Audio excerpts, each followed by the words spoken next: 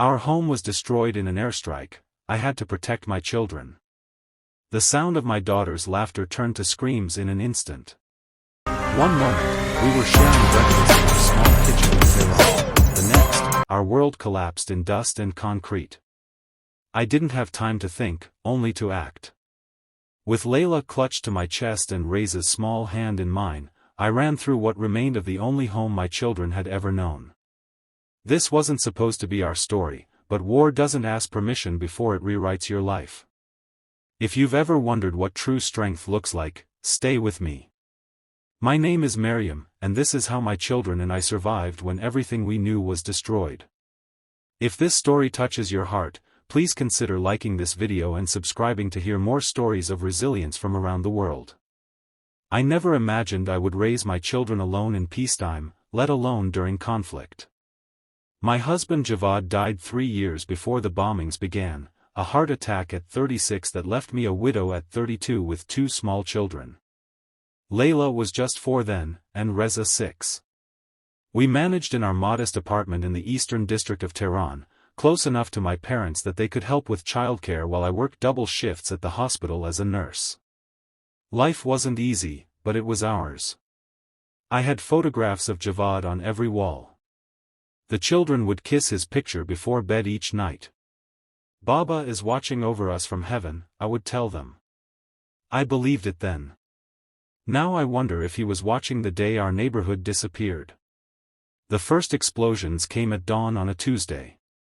I remember because I had just finished the night shift and had barely slept 2 hours when the air raid sirens began. At first, they seemed distant, someone else's nightmare. Tehran had been threatened before, but actual strikes felt impossible. We were civilians. There were schools and hospitals all around us. Surely we were safe. The children were still asleep when the first bomb hit 3 blocks away.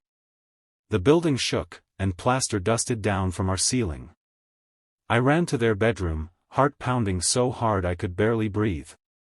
"Maman, what's happening?" Reza asked, his eyes wide with fear as I pulled him from his bed. "We need to go downstairs, Azizam. Quickly now." I kept my voice steady though my hands trembled as I lifted Leila, still half asleep. We never made it to the basement shelter. The second strike hit much closer, close enough that the pressure wave blew out our windows before we reached the apartment door. Glass shattered everywhere. I threw myself over the children, feeling shards slice into my back through my thin nightdress. Leila was screaming now, and Reza had gone silent, the kind of silence that frightens a mother more than any cry. "Run," I told them, pushing them toward the stairwell. "Run now." We were halfway down the stairs when our building took a direct hit. The world tilted sideways. Concrete groaned. The staircase collapsed beneath us, and we fell. I don't remember hitting the ground, only the choking dust and the weight of something heavy pinning my leg. Leila's cries echoed somewhere to my right. Reza was nowhere. "Reza!" I screamed his name until my throat was raw. "Reza!" The silence stretched for 3 heartbeats, the longest moments of my life, before I heard his small voice. "Maman, I'm here. I'm stuck." He was trapped behind a fallen support beam, but alive. Somehow, miraculously, neither child was seriously injured. My leg, however, was another matter. Even through the shock and adrenaline, I knew it was broken. The bone hadn't pierced the skin, but I couldn't move without waves of agony washing over me. We were trapped in the remains of our building for 6 hours before rescue workers found us. 6 hours of comforting my children while fighting unconsciousness. 6 hours of telling them stories about the adventures we would have once we were safe, all while wondering if we would survive another hour. When they finally pulled us from the rubble, the world outside was unrecognizable. Our street, once lined with apartment buildings and small shops, was now a landscape of craters and debris. The hospital where I worked was gone. My parents' building, just 3 streets away, had been reduced to dust. I learned later that 17 people from our building died that day. 73 from our neighborhood. My parents among them. The medics wanted to separate us at the field hospital, but I refused. My children had lost too much already. They set my leg while Leila and Reza held my hands, their small faces streaked with dust and tears. I didn't cry. I couldn't. Something inside me had hardened the moment our home collapsed, a protective shell forming around my heart. Where will we go now, Maman? Reza asked that night as we lay on cots in a school gymnasium that had been converted into a shelter. Somewhere safe, I promised, though I had no idea where that might be. The next few days passed in a blur of pain medication and uncertainty. The attacks continued, though less frequently. Each distant explosion sent Leila into hysterics and caused Reza to retreat further into himself. My normally talkative son barely spoke. When he did, it was to ask questions I couldn't answer. Why did they bomb our home? We didn't do anything wrong. Will they find us here too? Are we going to die like Baba? I told him what mothers have told children in war zones throughout history, that we would be all right, that I would protect them, that soon this would all be over. I didn't believe my own words, but I spoke them with conviction. Sometimes lies are all we have to offer our children when the truth is too terrible to bear. A week after the bombing, I made a decision. We couldn't stay in Tehran. The city that had been our home was now a death trap. With my leg in a cast and only what we could carry, a small bag of clothes donated by aid workers, Javad's watch, and the family photographs I'd managed to salvage from our ruined apartment, we joined the stream of refugees heading west. The journey was brutal. Buses when we could find them, rides in the backs of trucks when we couldn't. My leg throbbed constantly. Leila developed a cough that worried me more with each passing day. Reza appointed himself our protector, standing guard while I slept, negotiating with other refugees for better spots in crowded vehicles. My 7-year-old son was becoming a man before my eyes, and it broke my heart. We aimed for the Turkish border, though I had no clear plan beyond that. I had a cousin in Istanbul who might take us in, though we hadn't spoken in years. It was a desperate hope, but hope was in short supply, and I clung to what little I had. The border crossing was chaos. Thousands of people pressed against fences, begging to be let through. Turkish guards fired warning shots into the air. Children wailed. I held Leila and Reza close, fighting the crowd's push and pull with my broken leg screaming in protest. We spent 3 days at that border. 3 days of sleeping in the open, of sharing our meager food with a young couple whose baby was even hungrier than my children. 3 days of watching people grow desperate enough to rush the fence, only to be beaten back. On the 4th day, something changed. International aid workers arrived. News cameras.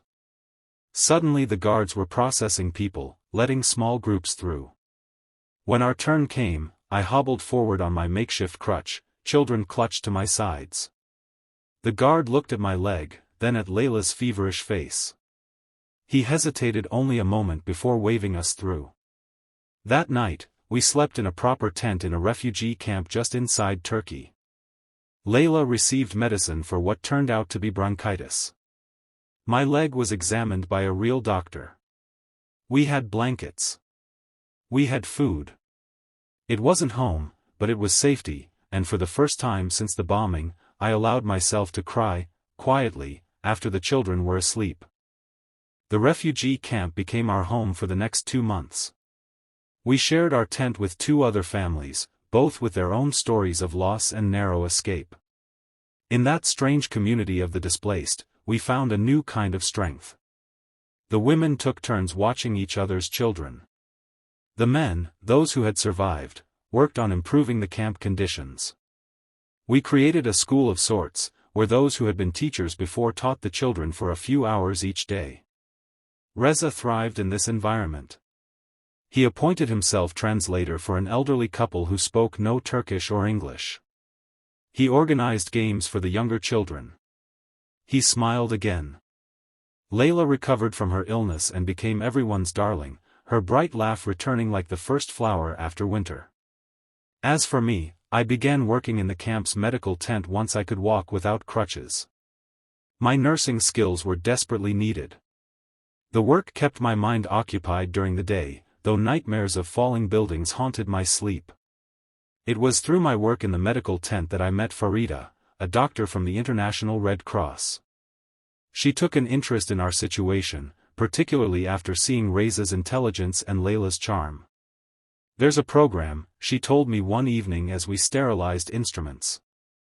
"For medical professionals with children. Canada is accepting applications." Canada? The word felt foreign on my tongue. A place so far away it might as well have been another planet. "They need healthcare workers. You'd have a sponsor, housing assistance, school for the children." She paused. "It's a chance, Maryam. A real chance." I thought of Tehran, of our ruined apartment, of my parents' graves I never got to visit. I thought of Javad, whose memory seemed to be fading a little more each day. Then I looked through the tent flap at my children, playing with the others in the dusty space between shelters. How do we apply? The process was grueling. Interviews, medical examinations, background checks. Endless forms to fill out, most in languages I barely understood. Farida helped where she could, but there were still moments I nearly gave up. What kept me going was watching other families receive their approvals and leave the camp. The joy on their faces, the hope, I wanted that for my children. For months after we arrived at the camp, our approval came through. We were going to Toronto. The children were ecstatic, though I'm not sure they fully understood how far we would be traveling or how different our new home would be. The night before our departure, I sat outside our tent, looking at the stars. An elderly man who had become something of a grandfather figure to Reza sat down beside me. "You're afraid," he said. It wasn't a question. Yes. Of what? I considered this. Of failing them. Of not being enough. Of losing what little of home we have left.